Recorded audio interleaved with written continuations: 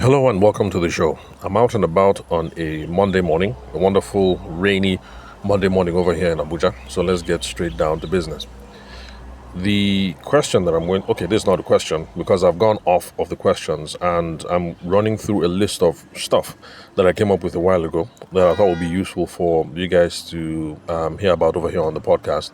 That even though they are not specifically related to sales, you can see how if you do these sorts of things right, they should help you increase the number of profitable conversations that you're having with people on a daily basis. And then, of course, the more profitable, more fruitful conversations you're having with people every day, hopefully at the end of the week, at the end of the month, you should be having an increase in your coffers. So that's the idea behind it. So yesterday, I can't remember what we spoke about, but I think it was content related. And I think it's also similar to what it is that we're going to talk about today. So if this is your first time of listening to the podcast, once you're done listening to this episode, rewind or skip back, listen to yesterday's episode so you have a larger context of what it is that we've been talking about. Yes, what we spoke about yesterday was content related. And today we're going to look at how to create valuable content to grow your business. Yesterday, yes, content is king. That's what we spoke about yesterday. And then today, how to create valuable content to grow your business. And then, of course, there's going to be some overlap. There's going to be some bleeding for stuff that we discussed yesterday and today. So the first time listening to the show, skip back, listen to yesterday's, and you'll get more nuggets of value out of that. Now, speaking of value, because I just said nuggets of value, we're talking about how to create valuable content. So the key word here is value. So I might as well just go ahead and look at what value means. Because a whole bunch of you are going to see stuff on the internet like if you want to build your business, create valuable content, and then you just hit the road, you get your laptop, you get your microphones, you get your camera, you get your whatever, and then you start producing what you think is valuable content.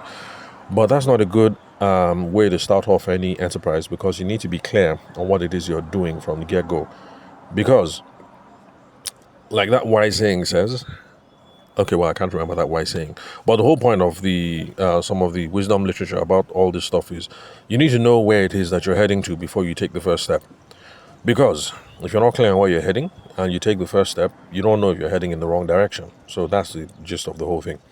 So we need to start off by figuring out what is value in the first place before we start trying to create valuable content. Now, some of you are going to say valuable, like obviously it means what is good. Obviously, it means what is best. And I would agree, value, what is good, what is the best. The problem is a whole lot of us start trying to create valuable content by producing what we think is valuable. We start off having the conversation in a self-referential kind of way. So what that means is you have a young man like me who wants to put out valuable content to promote his business. And so the person starts off by doing what they think is valuable. In other words, I would start off doing what I think is valuable, and I must confess, yes, me doing this podcast, talking about sales and business development, this is what I think is valuable. Because apparently what the market thinks is valuable is motivational stuff, aspire to acquire so that you can refire and blah, blah, blah. Because people who make those kinds of podcasts, they get, that's where their attention is at. Let me put it that way. So yes, I'm starting off on what I think is valuable. Yes, so I confess, I'm doing the same thing. But however, because I'm looking at things from a sales and business development perspective, I always remember that there's a business context to these sorts of things. And of course, when we're talking about business context, it is not me that is the guiding light, but it's the audience, the people that I'm trying to talk to. Because you can't sell something that the market doesn't find to be valuable. It's one thing that you're going to learn coming into business. So if you think you've invented something that is the latest, the greatest, the nicest, the fastest, the whatever est, but the market disagrees, then you're not going to move forward. So from a sales and business development perspective, we learn to take our traction, we learn to take our signals, we learn to take our growth opportunities or whatever from what the market says. And so it is because of that those of us who have traditional sales and business development backgrounds or trainings, we look at value through the lens of the customer. And in that case, value, you can look at value through different frameworks. In fact, there's one that I like that was come up with by Victor Antonio. He is an American sales trainer. I think he's from I think he's from Compton. You know, the same neighborhood as Ice Cube. Abi, is it Ice Cube? Abi, Ice T. Well, anyway, he's from the same neighborhood as one of the ISIS. And when I say ISIS, I don't mean ISIS, not ISIS, not the terrorist network. I mean ISIS as in ICE and then S, because there's Ice Cube and then there's Ice T. That's for those of you who are 70s, 80s kids, maybe. Okay, no, 90s kids. You will know about Ice Cube and Ice T. So yeah, he's from that neighborhood, but he graduated with a degree in physics. Sharp boy, graduated degree in physics, or something like that. But got tired of an engineering career once he realized that salespeople make more money, and then that's how he transitioned into sales. And I came across some of his material on the podcast. I listened to from time and time again. So Victor Antonio, he is also big on YouTube. So for those of you who don't like podcasts, you rather consume stuff on YouTube, check out YouTube, Victor Antonio, Antonio. So he talks about the value matrix that is the 3 Fs. Now, even though he calls it the 3 Fs, strictly speaking, only one of them is an F, because the other one is a PH and the other one is a PS. So the value matrix is either physical or financial or psychological. In fact, that last one shouldn't even be an F, because that's not even an F sound. But anyway, for fun of it, he calls it 3 Fs. So let's humor Victor Antonio and go with his 3 F framework. So physical, financial, psychological, and you should be talking in terms of benefits. So the content that you're going to produce, or when you're talking about your business, or talking about your service, or talking about your whatever, you're trying to talk in terms of what is the physical benefit that somebody is going to get, what is the financial benefit that somebody is going to get, what is the psychological benefit that somebody is going to get from interacting with your business content, interacting with your product, interacting with your service, interacting with your whatever that you're trying to put out into the universe, as we say these days. So, physical benefits, I guess that it's obvious. You know, you have something nice, you have something sweet, you will get stronger, you will get sexier, you will get more beautiful, you will grow taller, you will have a bigger bum bum, you will, whatever. So that's physical. Then financial, you're going to make more money, you're going to double your income, you're going to triple X, you're going to increase your savings, you're going to save on costs, you're going to... Okay, I've run out of ideas, but you get the gist when it comes to financial. So those are benefits. Then psychological, you're going to be happier, you're going to be more in love, you're going to be full of wellness, you're going to be at peace, you're going to be living your best life, you're going to be, you get the gist. So in putting out business content, those are the kind of things that we're trying to hit with the content. Physical benefits, financial benefits, and psychological benefits. And like I said, when it comes to business, we are not being self-referential. So we're looking out to the market. So we're talking in terms of benefits of what other people find valuable. So it's not what I find valuable, it's what other people find valuable. And that's one mistake that I find our brothers and sisters in the tech space quite haven't gotten yet. Because I can remember being at one program where this guy was talking about how he had just sold something to what's it called? They do mobile phones. They're in the east, they're in Abuja, they're in Lagos. Slot, yes, Slot. I think Slot is nationwide now. I think they're nationwide now. I think I heard that they're even in Kano. So Slot sells mobile phones. In fact, that's where I got this my mobile phone from. My Xiaomi 13C. I got that from Slot in Abuja in Central Business District. So the fellow was talking about how he had sold something to Slot so that the receipts that people get, I mean the invoicing or whatever it is, all that paperwork, when you buy your brand new phone, he had done the whole thing so that he had sold it to a particular branch so that the receipts wouldn't be physically printed out on paper. It would be generated via email and sent to the customer's phone or something like that. I can't remember the details. And this guy was talking about environmental sustainability and blah, blah, blah, and or whatnot. And in my mind, I was thinking, look, this young man, you've lost the plot. You think that this guy in Slot bought this thing because he's environmentally conscious.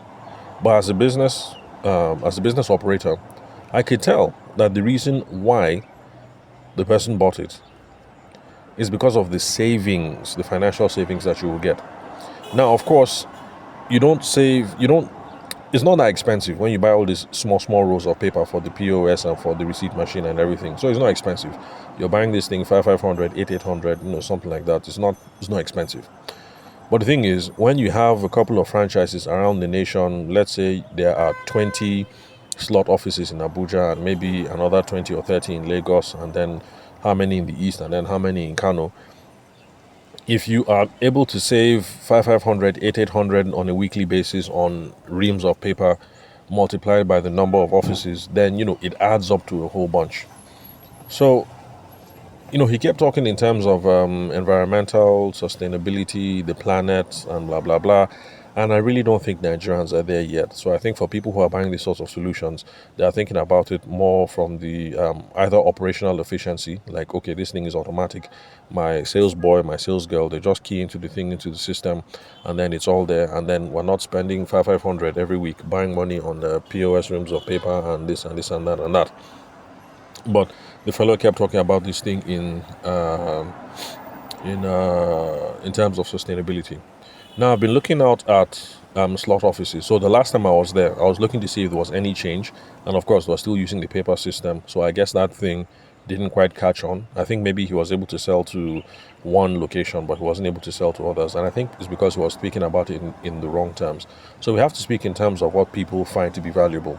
So you might be in the tech space, and truly, what you're trying to do is you're trying to save the environment. But if you're in a place like Nigeria where people don't give a hoot about the environment, the average person is just trying to live. So if people don't care about those sorts of things, you need to start speaking in terms of what they find valuable.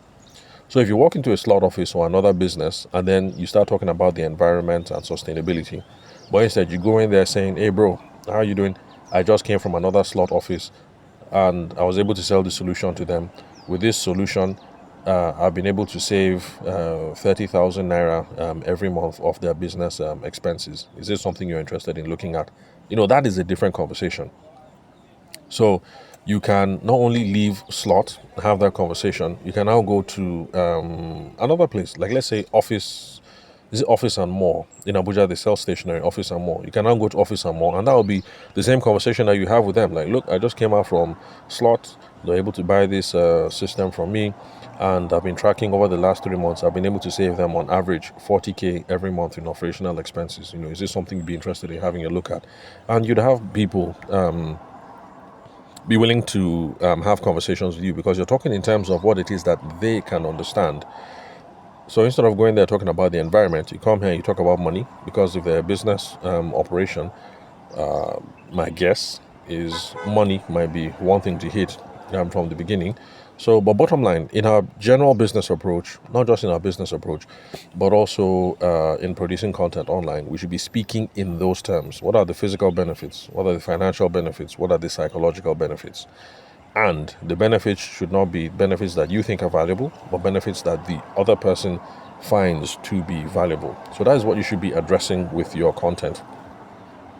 So back to the example that I gave yesterday about the lady who does, what was it? Skincare. So skincare for moms between the ages of X and Y. I can't remember the age range. And especially those who are new mothers who have just given birth, who have 2 or 3 children, but with children not older than 12. Because we did the ICP exercise, and so looking at WhatsApp messages, receipts, payments that people had made and stuff, we're able to figure out that, okay, these are the best people. These are the people where you're getting most of your money from. So this is who you should be targeting. Your content should be targeting. So that kind of online content now should be around physical benefits. You're talking in terms of the mummies. Mommy, if you buy my cream, if you buy my soap, this is how it will make your skin feel. This is how it will restore you to your pre-pregnancy glow. Or this is how cream or soap will help you adapt to this new skin type that you have now. Physical benefits, what else? This cream will keep baby skin nice and smooth. Say bye-bye to nappy rash. This skin will keep baby's skin tone even. By the way, I really don't think we should be coming up with skincare products that should be making baby's skin smooth or even or lightening or toning, because there's a time for all that. When we're grown up, we can all worry about whether our skin is even, whether it's toned, or whether it's whatever. So If I start bleaching right now, well, by the way, I don't bleach. I'm just naturally light skinned. Although my wife and my children disagree. I think I'm light skinned. My wife says I'm black. My children say I am brown. But anyway, that's a topic for another day. So if I'm bleaching or I'm toning, that's me. I'm an adult. I can decide. I really don't think it's a good idea for us to start bleaching our babies and start toning our babies. So for you mommies and daddies out there, you have a 3 month old, a 6 month old. I think it's too early to be thinking, okay, baby has a dark spot, or baby's knees are too black, or whatever. Just leave all those stuff for now. And I'm not a doctor anyway, so speak to your doctor. So where was I? Yeah, so your content will be talking about physical benefits. So, mommy, this is how your skin will be restored. Baby, this is how your skin will be restored. Say bye-bye to nappy rash. You can also speak in terms of financial benefit. You can say, hey, mommies and daddies, I know that you are used to buying imported cream from Johnson's and Johnson's at 150k every month, but I have this Nigerian alternative, which is EPC MPVF something 13 with sunscreen, everything, NAFDAC number, blah blah blah, which is just as good as Johnson and Johnson's. In fact, even better because we use local shea butter and something in our products. And if you use our products, you're going to be able to save on half the amount that you do from importing all these things from Johnson and Johnson's in the UK and America. So the typical Johnson and Johnson's bottle goes for 12,000 naira for 100 ml, but we have been able to come up with a superior product, and you're only going to spend 6.5 per bottle, blah blah blah. So that is also a possible angle that someone can take in trying to promote their business. So you see that there's financial benefit there, and then of course the psychological benefits for people who are involved in this space. This is one thing that they key in very well on. So they always talk about how when you're talking about somebody's skin being replenished or somebody's whatever being replenished, you're tapping into all those things about wellness, about beauty, about all the emotional etc. So all the emotional everything. So you can also create content around psychological benefits as well. So that is one concrete example, continuing from yesterday's example about how you can put out content that addresses the physical benefits of what it is that you do, your physical benefits of your product or your service, the financial benefits, the psychological benefits, and that is the kind of content you should be creating. And this is where it ties to yesterday's episode. That is why I was proposing in yesterday's episode that, look, to increase your sales, we should be paying more attention to educational content and not so much on the entertaining content. If you can do infotainment, that's good if you have the talent. I don't have the talent to do infotainment content, so I can't talk to you guys about that. But I can talk to you guys about educational content, and I think this is the reason why we should do educational content, because it allows you to hit these benefits. What's the physical benefit? What's the financial benefit? What's the psychological benefit? And you can see how, if you listen to yesterday's episode, when I was talking to the Abuja business ladies, particularly those of them in the business space, you can see how going on TikTok and on Instagram and producing pointing videos or producing twerking videos or grinding videos or whatever videos, just doesn't help. Because if you do the twerking thing or the pointing challenges or the all whatnot, young men like me will watch them because we are getting some kind of benefits, watching pretty ladies grind all day. So yes, we are getting some kind of benefit. But the thing is, the mummies between the ages of X and Y who have children that are between 3 months and 12 years and who need the whatever, they are not going to get anything out of your pointing video. Well, except if you make the pointing video, okay, now that would be an example of infotainment where the music is playing and then you're pointing, and then the caption might be 3 ways to improve 3 ways to cure your nipple rash, for instance. That's for those of you who are mommies who are breastfeeding. So that might be the caption on the video: 3 ways to cure your nipple rash. You point up, that's the caption. Then you point to the left and you flash the first benefit. You point to the right, you flash the second benefit, point to the third benefit, and then you point to the bottom of the screen, and then it says click in the link below to find out more, or click the link below to purchase or something. So now that is infotaining content. So yes, if you can find a way to do that, then sure, no problem. So that's the reason why I say educational content, because it'll allow you to speak in terms of these benefits. And really, no matter the business that you're involved in, even for those of us who started off in the wedding and the event space, we're pretty much doing the same thing. Physical benefits, wedding photography, I cannot think of that right now. Except if, having the frames up in your house and making your living room look real nice and look real beautiful. I guess that's a physical benefit. I'm not sure. But a whole bunch of us in the wedding space back then, photographers who started off, we pretty much were leaning strongly between financial benefits and psychological benefits. So financial benefits, some people saying, you don't have to spend hundreds of thousands seeing this photographer, seeing that photographer, go with me because I'm more value for money. No wedding photographer will say I'm cheaper than so on. So they'll say I'm more value for money. So yeah, go with me because I'm more value for money. That's financial benefit.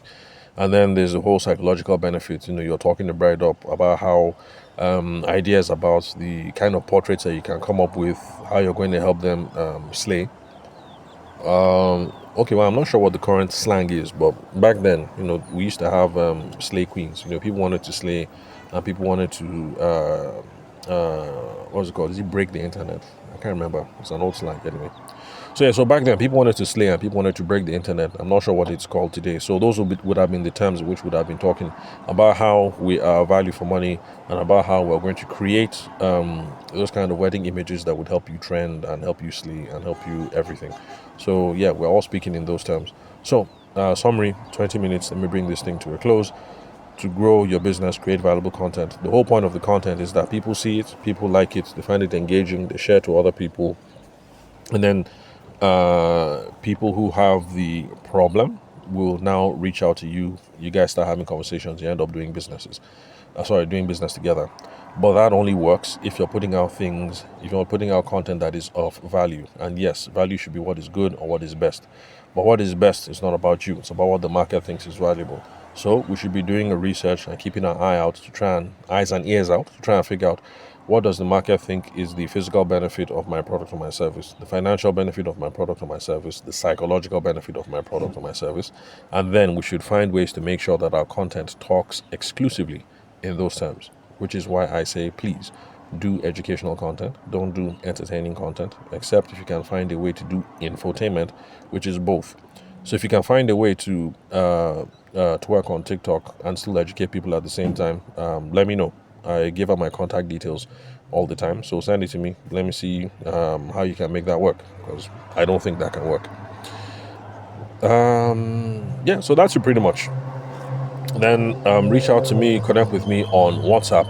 My phone number is 080-6466-2140. The country code is +234. And then please connect with me on LinkedIn. My name is Tavishima Ayede. I'm the host of the show. I love hearing from you guys. You can confirm the spelling of my name if you're trying to search for me on LinkedIn from the link where you're currently listening to this episode. My email address is there for those of you who are email people. You reach out to me on LinkedIn. You definitely will hear from me in 24 hours. You reach out to me in WhatsApp. You definitely will hear from me in a couple of hours, 48 hours. 4 to 8, sorry, not 48 hours. So thank you very much for your time and attention. I'll catch you guys at the next episode.